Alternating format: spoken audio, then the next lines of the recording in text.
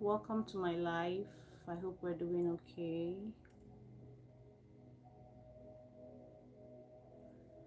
So I just decided to start this live stream.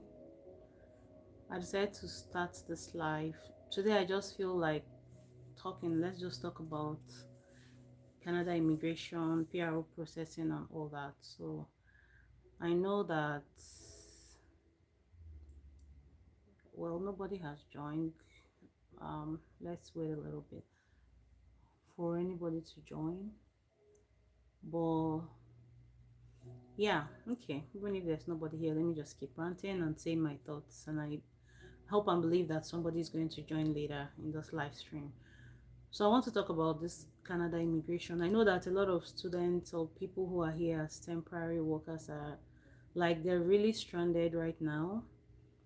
They don't know what to do. So like today IRCC just did a draw. If you're following the news, they just had a draw today, and that's for the provincial nomination category, which I talked about in my last video, everything about it. So if you don't know much about the PMP pathway, you can go check out that video. Okay. Now, basically, what's happening right now is that most provinces that used to give PR or PMP easily is now hard. Let's not even lie about it. I know that many people can be doing videos here and there trying to make it look like it's so easy, but if we're being truthful and if we're being honest about the whole thing, it's now very competitive, but all hope is not lost. Like I always tell people, you need to plan, you need to be very strategic about this. That's the only way you can survive and navigate the situation. Okay, so yeah, one thing I always tell people is get your things ready, get your documents ready. And for those of you who studied in one province and it's not looking promising, you don't have to stay there. You can move. I keep saying it, and I don't know why people don't want to move. I don't know why people don't want to leave. You were not planted there. Just move. Just leave. Some people wait till the very last minute when it's too late. Right now, some provinces might not even want to give you PR or give you a chance if your work permit is very short, because they'll think you're running to that place just because you don't have any option anymore. So don't spend too much time. If you stay where you are in any province and you see that it's not looking promising, it's not looking like I can make it move. And then for those people who have managed to get provincial nomination and have submitted their PR application, don't go to rest. Take out the time to look at the application very well, especially for the non-express entry PMPs. I've made videos on that, even shorts. Somehow the video just doesn't get seen by people, or some people don't want to look at it. They feel like I've submitted and I'm okay. But I'm encouraging people, if you even know who to share this link with, please let them know that you don't just rest because you submitted your PR application. Okay, go through your application. Some people get their applications returned because they did not look at certain things. So I'll just highlight some points, things that I know have been making people's application to be returned. The first thing on the list is those people who have birth certificates that are not originally in English language. There are some people their birth certificate is not originally in English. So when you submit it to IRCC, you're expected to translate it to English.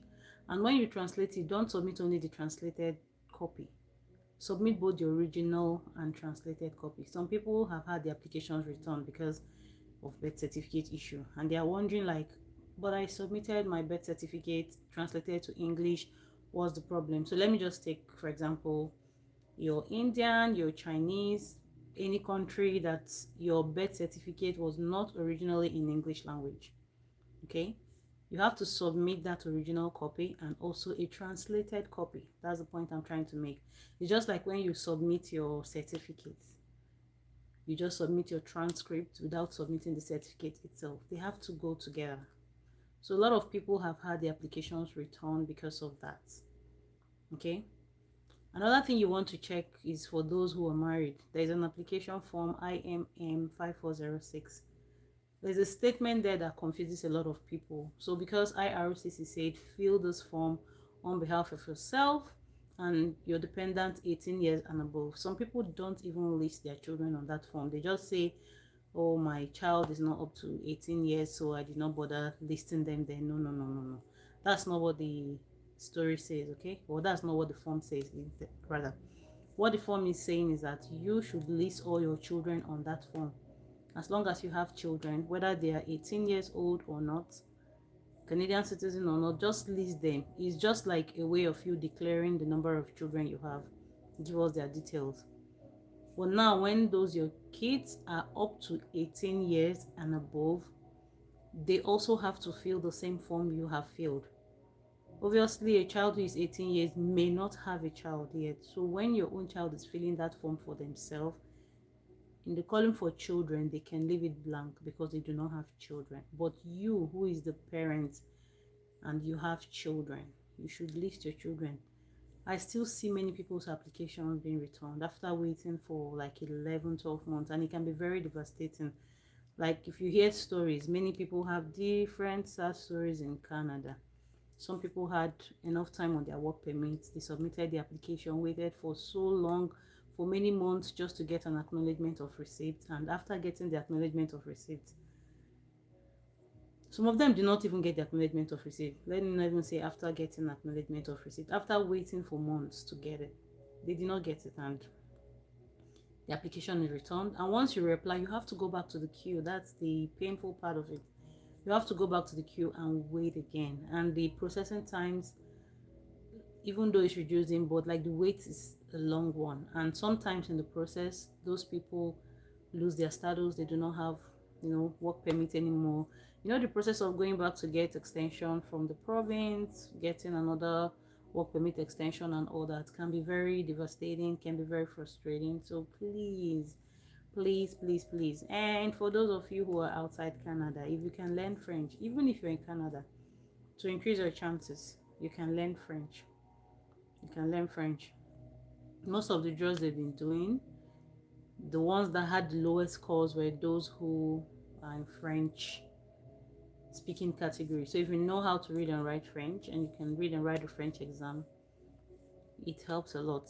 Even if you don't have age on your side, with your French you stand a good chance. So the truth is, Canada immigration is really, really getting tough. They've reduced the number of people they are even granting study permits to come and study here in Canada, because a lot of things happened. Like, some people came here to study and did not even show up in school. Some of them just disappeared into thin air. Right now, some people are being looked for by immigration because they did not show up to study. And even the Canadians too, complaining that immigrants are taking over their jobs, housing has become expensive and all that. So they are trying to put all these things in check, and the government is trying to bring in those who are genuinely wanting to settle in Canada. I'm not sure it's not everyone that wants to settle. Everybody have different reasons for coming here. Some people are really genuine, they have the right documents, while some people are not. Unfortunately, the bad eggs are affecting the other people. So you just have to try to stand out in your application. And when you're coming to study, don't conceal information, because it could help you in future. All these PRO draws they are doing right now, some things that give you points is like previous education, previous work experience. Some people want to come and study something that is not related to what they studied before or their current job. Instead of explaining in their letter the reason why they want to change course or change career or do something else, they rather prefer not to include it. They lie about it, they're silent about it. And guess what? When it's time for PR application, they suddenly realize that, oh, this thing can give me points in the pool. And all of a sudden they claim the work experiences, they claim the education.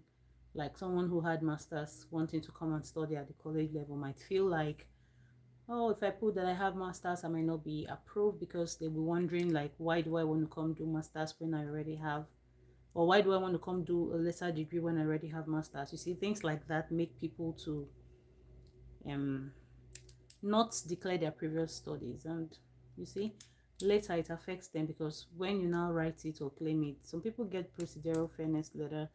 IRCC refused the application, asking them like, you did not claim it before, how come all of a sudden right now you just want to claim it? So it doesn't look genuine. It's better for everything you have to be consistent. And when you're applying for PR, you can go back to your PGWP application, your study permit application, just go through your forms again to be sure that you're being consistent. Okay, don't write A here and you come and write B here. Just remain consistent with what you have. If you're not consistent and there is discrepancies, that is what makes them look into your file so much. So yeah, I hope what I'm saying is making sense. I just thought I should rant about this. I see you. See someone says if on visitor. To be honest, when you're on visitor status in Canada, it's not very easy. Before now, they have the option of transitioning from visitor to worker, but Canada government like stopped that thing. Okay, so there are people who are here who even have work permits, but they have not even seen work. So someone telling you that with visitor visa you can get work, it's not that easy.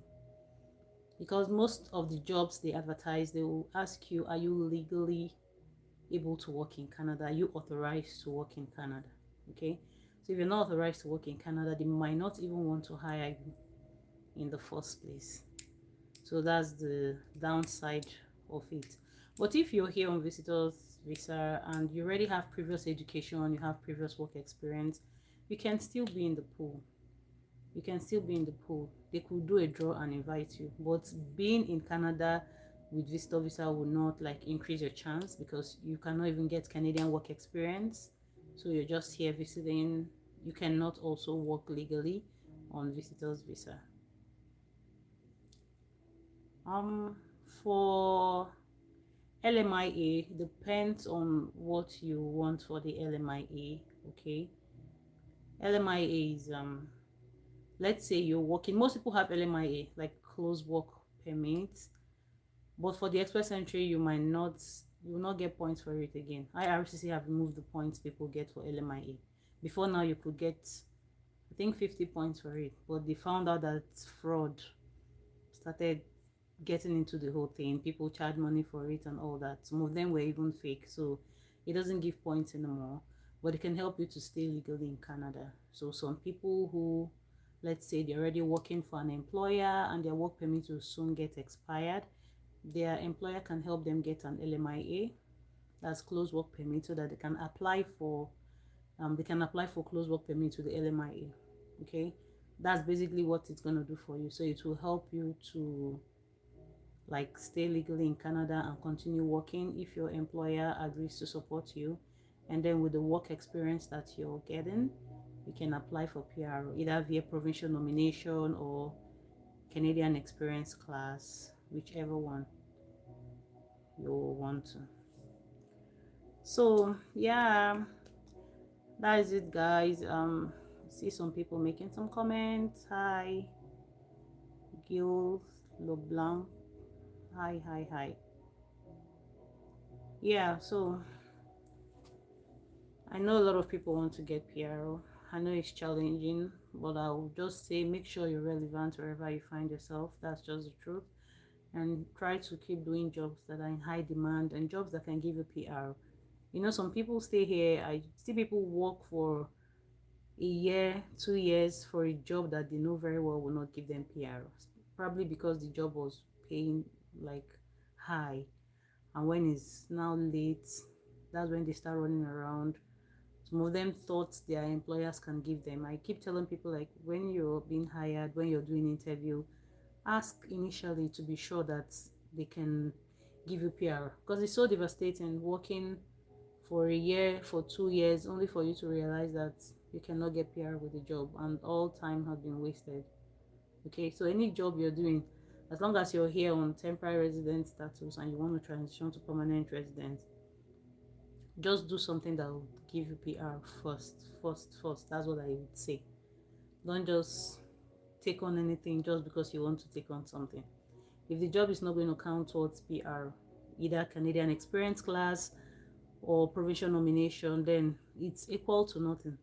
And then another thing, for those who are also married and you have your spouse here, maybe you were lucky to be those that came to study when your spouse could come or something, work together. Some spouses just let everything be on one person, and later they start having problem. When one pathway doesn't work, you're lost. The reason why you're two people is for you to work together as a team, right? If your spouse, one person is, let's say, doing healthcare, the other person's job should also be something that can give PR. I've seen situations where you have two couples, one is applying for provincial nomination through getting a job offer from an employer in the province, while the other person is in the express entry pool. One of them can get, but when you put all your eggs in one basket, it's hard because many people are going out of status. That's the truth. Most of the times, the married ones among them, I'm not saying people have not tried, but this is the time to act smart, not to be sentimental about anything, because the truth is there are so many people that are also applying for this. The only best bet is to try and be smart in the decisions that you take. Okay, you came here with your husband, you came here with your wife, you're the student. While you're studying, if your husband or wife is here, they can be doing a job that can amount to PR, so that when you even be in the pool, you can get points for your spouse having Canadian work experience. That your spouse could also be doing a job that can give like provincial nomination in the province where they are, because some spouses, I have some people who came with their spouses, they didn't even finish studying and their spouse had already gotten nomination. But some people come here because they say you're the dependent, you allow the spouse to study, the spouse is the one that will still get the PR job, get the work experience and apply. All those things take like time.